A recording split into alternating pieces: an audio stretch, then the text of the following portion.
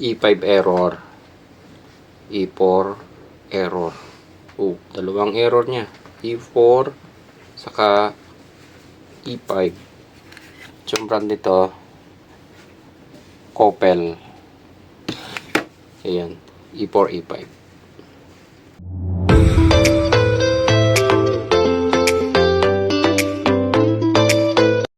Okay, good day. So dito ulit tayo. Meron tayong i-resolve na problema ulit. Ang problema niya is actually E4, E5. E5 lang talaga ang error niya. E5, gigil na gigil. E5. Ayan, E5 lang talaga siya. Yung E4 kasi, lumalabas siya actually dahil hindi nakakabit yung fan motor natin sa indoor. Ayan, kaya lumalabas yung E4. Ayun. Okay, so ang brand nitong gagawin natin na ito is Coppel brand. Ayan. So dito, medyo magkakaiba kasi ang error code ni Coppel na. Hindi siya katulad ng ibang brand na standard ang error code. Kapag ka-error nila, yun talagang error code na ilalabas nila. So ito, depende sa series model nila. So yung E5 na tinutukoy dito ay communication error. So ano ba yung mga dahilan ng communication problem? So yung ating communication is nakakabit naman yung wire and lumalabas pa rin yung E5 error. Ayan. So E5 ang i-resolve lang natin dito. Yung E4 sa pan motor lang yan. Ayan. Okay. So i-off muna natin ulit. Ayan. Actually may initial check-up na ako dito na ginawa. Kakalasin ko lang muna ito ha.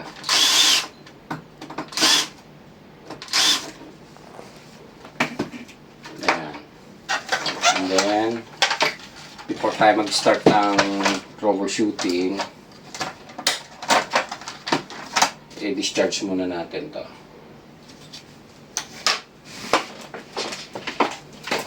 Ayan. So, ito yung ginawa ko kanina na may pang-discharge. Ito, yung red and black na test prod ko, yung nilabas ko doon sa ating FB page. Ayan. So, ang gamit nito para ma-discharge natin yung capacitor dito. Para pag nagagawa tayo, hindi magkaroon ng spark or hindi mandamay ng sira. Ayan. So, ito yung dalawang test prod na to. Okay. Dito, may initial check-up na ako dito. Ang problema nito, na nakita namin, outdoor board. Then, dito sa primary, tingnan ko lang kung meron to. Punta tayo sa resistance.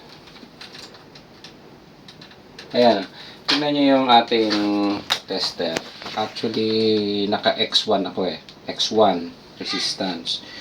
Dito, sa line and neutral natin, meron ako nakukuhang resistance. Yan o. Ayan. So, magtataka kayo, hindi kasi siya dapat puputok yan. Kasi kung napasukan ng AC supply, ayan o. Maaaring puputok yung ating board or puputok yung linya. Pero yung nadidetect kasi natin na yan,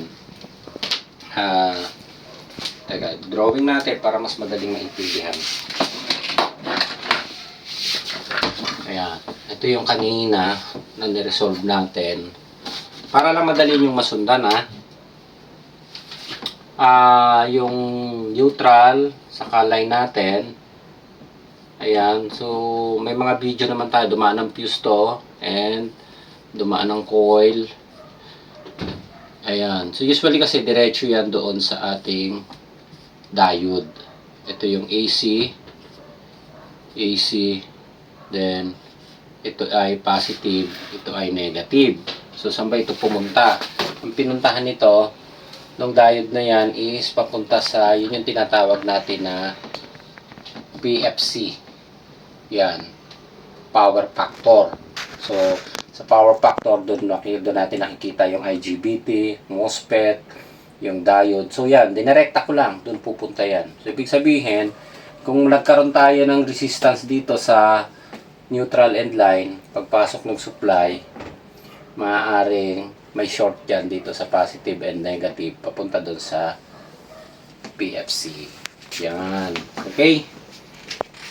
So ito kasi, hindi ito basta pumuputok ang fuse eh. Tulad nito. Ayan.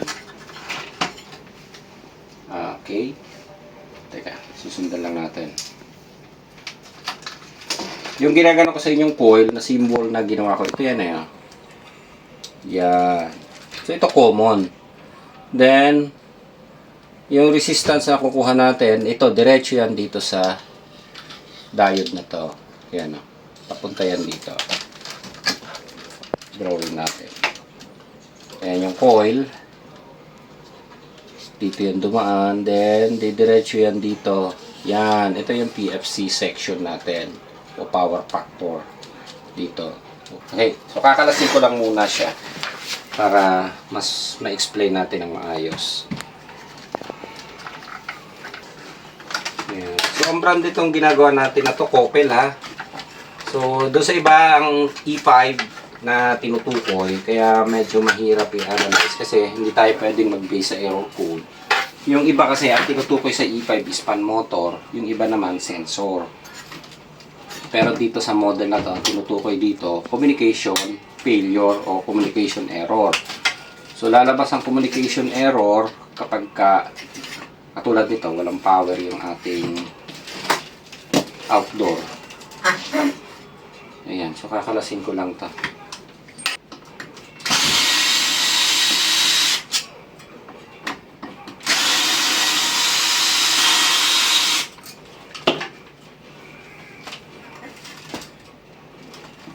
Yes.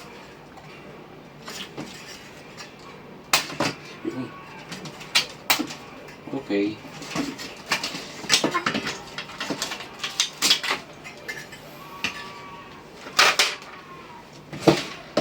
Ito, yung nakikita natin shorted kanina.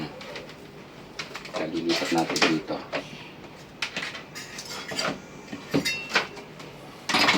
Dito. Mas na yung aking tester. Ito yan ah. Yun. So, shorted na siya dito sa may part ng diode. Dito. So, pwedeng ang nagiging problem, ayan ah, yung shorted niya. Gamitan natin ng digital.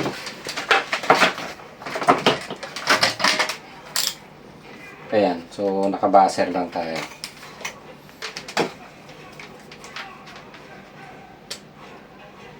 Yan ah. Yung positive negative natin, ayan ah, may shorted siya.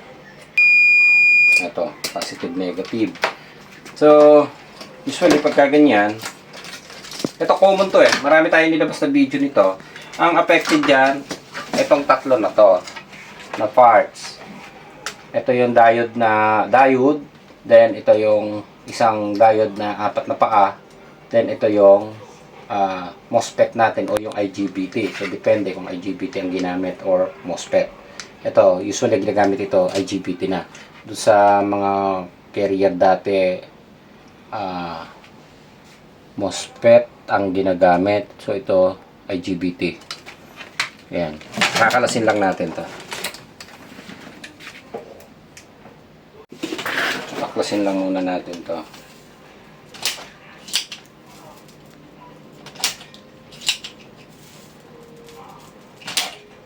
Itong trouble na to, common na to eh. Ito yung mga kauna-unahang ginagawa natin ng content o ng video to sa ating YouTube channel. So, karamihan is doon sa mga carrier na window type. Carrier Kundura.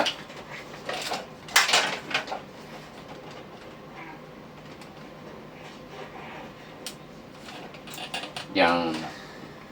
So, ito siya. Then, balikan nyo lang ulit. Extend ako.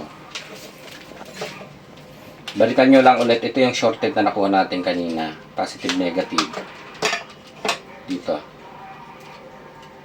Ayan. Wala na. Pag reverse. Ayan. Wala. Positive, negative. May resistance to. Baliktarin ko lang ah. Ayan. Dito na lang. Para si coated siya. Ito, reverse natin. Ayan ah. Ayan, so pwede ninyo siyang i-check. So dapat walang resistance to kapag i-reverse natin. Ayan. So ang shorted, ito lang yung pinaka IGBT natin. Yan, ito siya. Ayun oh. Ayan, shorted na siya. Iba yung paano. Ito. Iba yung iba yung design nito.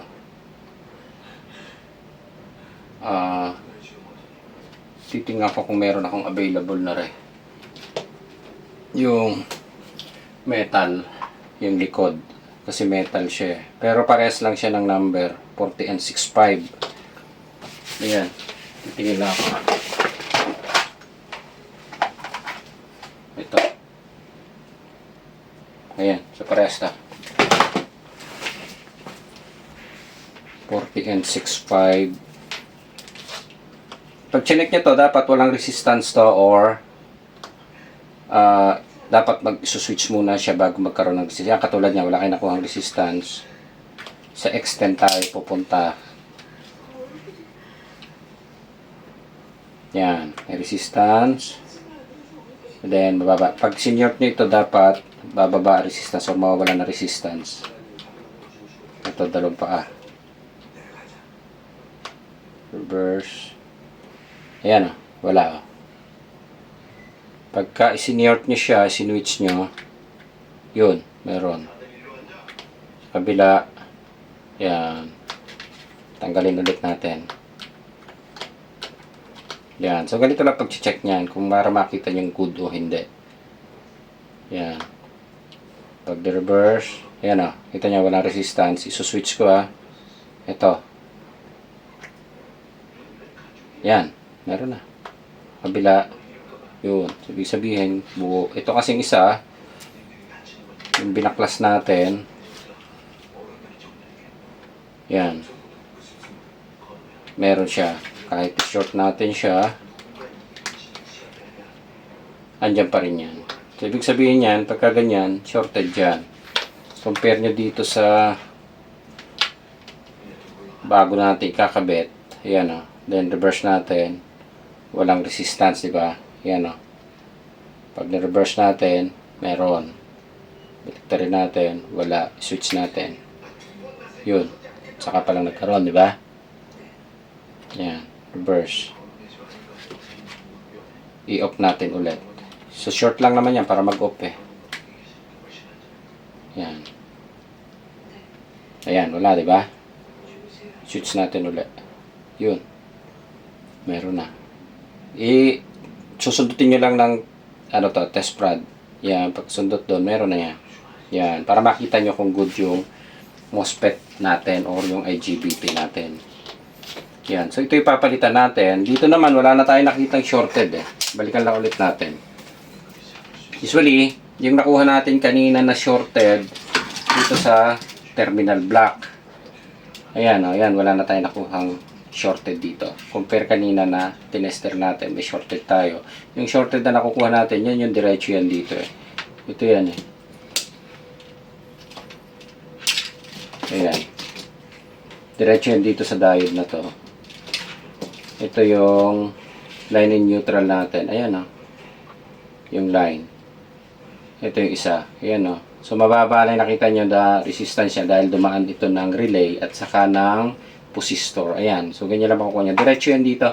Katulad niya, kung titingnan niyo yung dinrawing natin, ganyan yan. Ang nangyari lang dito, tanggalin natin to. Kaya pag tiningnan nyo isa, yung resistance niya ay meron siyang resistor na dinaanan. Yan. Then, meron siya ditong relay. Yan. Teka, pangit eh. Yan, okay. Yan, magsuswitch yung relay niyan dito. Yan, relay to relay. Pag nag-switch yung relay, yan na yung diretsong pupunta dito. Sa AC natin, AC to. Yan, so didiretso na. Kapag kaya yung nakukuha natin, medyo ito, yung resistance nyo is tawag dito. Ito yan yung isa. Yan Pag tinignan nyo sa tester natin, yun yan. Alas direkta na siya papasok. Dumaan lang ng coil yan Yung isa, ito yan. Okay, makikita nyo. Nababa yung palo sa tester. Dahil ang dinaanan niya yung resistor at saka yung relay. Ito yung relay Makikita nyo yung relay. Ito yung resistor. Ito. Yung black na ito. Saka ito yung, ayan. So, ang nakukuha natin yung resistance lang ng resistor. Kapag ka nag-switch na yung relay, saka pa lang siya magkakaroon ng, kaya hindi siya pumuputok yung fuse. Makikita nyo may shorted tayo doon, pero yung fuse nito buo pa rin. Hindi siya nagkakaroon ng problema. Ito yung fuse na yan. So, dapat magsushort itong fuse na to o puputok to. Yan, mag-o-open dapat yan. So, hindi siya nag-o-open dahil mataas yan 25 ampere. Ayan. So ito, tingnan nyo. Subukan natin i-short yung relay para makita nyo na direkta yan doon. Ayan. Lagyan lang natin ng jumper yung relay.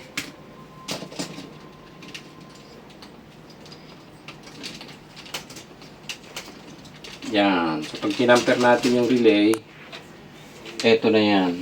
Makukuha nyo dito na yan. Ito yung line. Ayan on neutral pala. Sorry. Yan. Ito yung isang resistance. Diretso yan. Tapos, dito yung isa. Ayan yung drawing natin. Diretso lang yan doon sa diode. Tapos from diode, yan pupunta ng PFC yan. Kaya nakukuhanan nyo ng shorted dito. Kapag nagkaroon ng shorted dito sa PFC, yung dito sa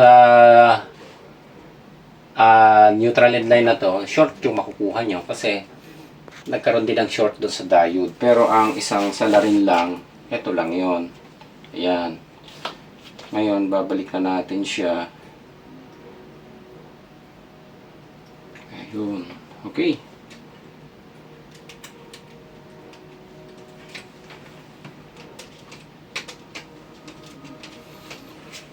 Then, lilinisan lang natin yung heatsink. Dami. So, linisan nyo lang to. Yung basic na tinuro natin noon. Ayan.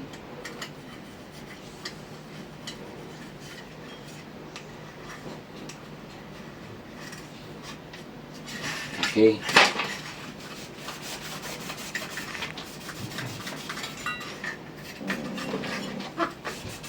Yan. So, lagi nyo lilinisan yan.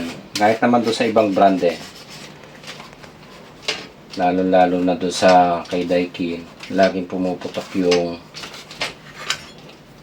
regulator niya.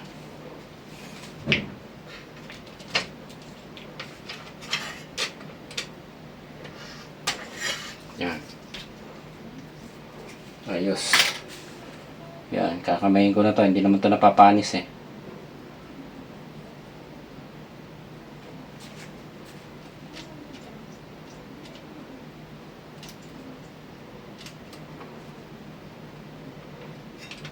Okay. Then, balik na natin. Bago natin ihinang siya. And, titikman natin kung good na.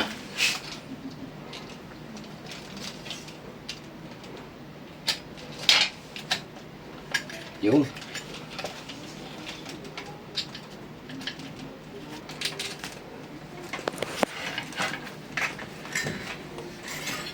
So, dating gawin, tamang higpit lang, nasa, usually ginagamit ko 5.5 para hindi siya masyadong mahigpit.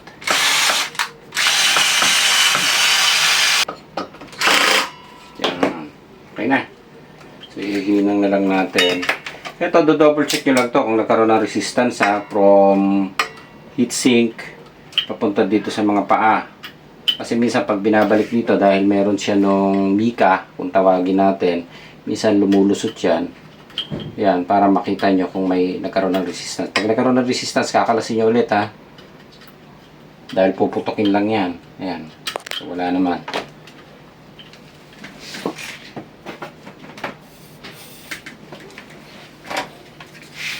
Then, balik na.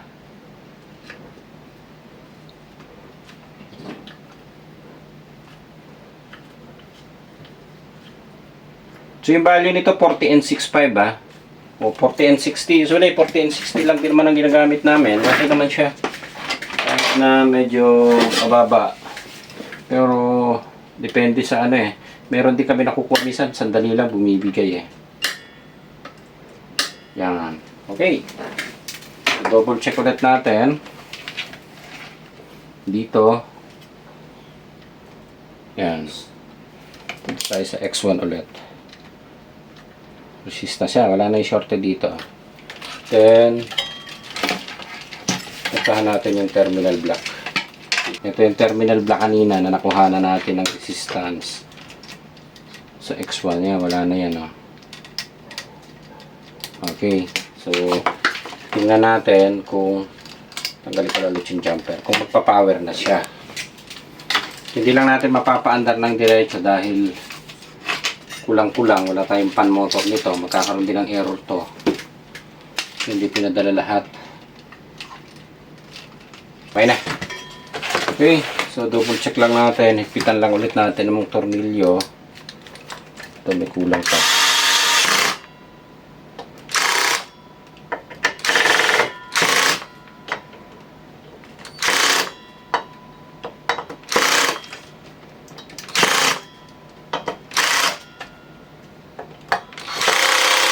Yan, so dinoblehan lang natin. And tingnan natin kung magkakaroon na ng power. Ito. So kapag ka nagkaroon ng short yan kasi dito, line neutral, hindi talaga magkakaroon ng power. Yan, may makukuha ka lang na 220 dito.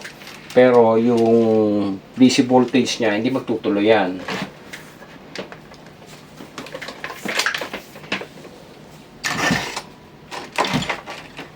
Brown, blue. Okay. Kabit.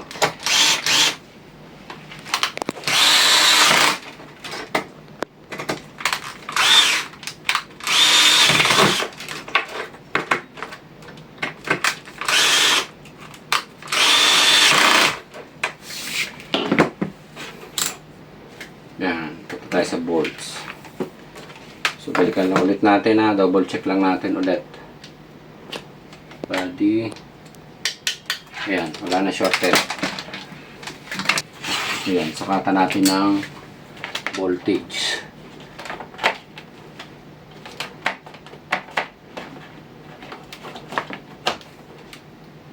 Right, ayun, may power na.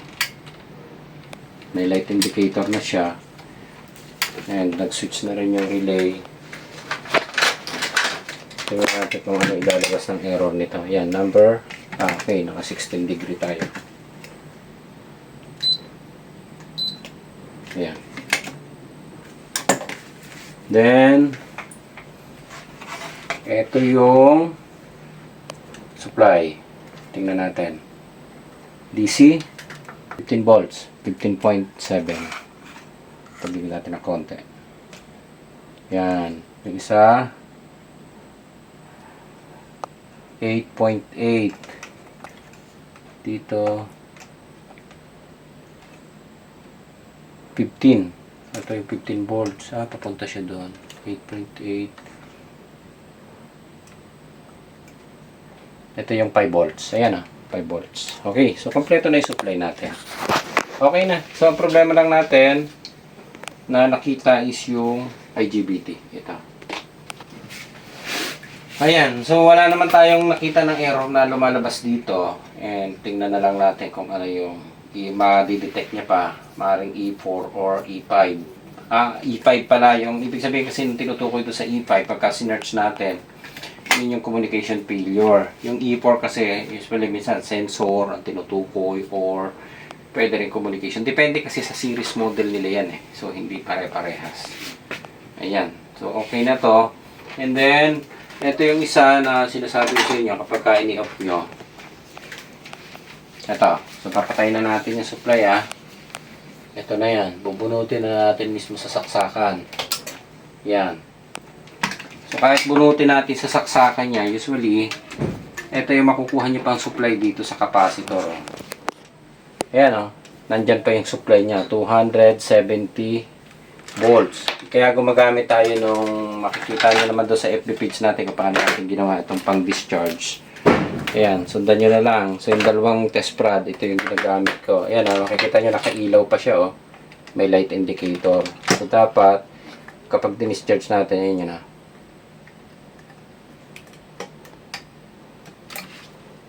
Ayan. Yun. Oh, discharge na. Wala na. Ayan. So, bago natin i-assemble o kalbaklasin lahat, so, dapat ma-discharge natin yun o ma-i-off natin o mapatay natin yung charge nung capacitor. Ayan. So, okay na tayo. Etong isa pala, i-share ko na rin to. Yung problema nito, ganyan din eh. Actually, TCL naman pala ito. Ayan, tama lang natin. Ito, ganyan din. Ang pinalitan natin dito, ito din, oh. Yan, oh. MOSFET din. Ito, IGBT. Dinikit ko lang dito para nandito yung defective parts. Ito rin yan, oh. Ganyan din ang system yan. Ganyan din ang naging error. Ay, ang naging problema. Shorted din ito. So, ito lang yung problema. Yung diode niya, buo naman din dito. Yung paraan ng pag-check na ginawa namin dito, ganun din. Kung paano namin i-check to. So, yun din yung sistema na ginagawa natin. So, okay na tayo. Ayan, ayos.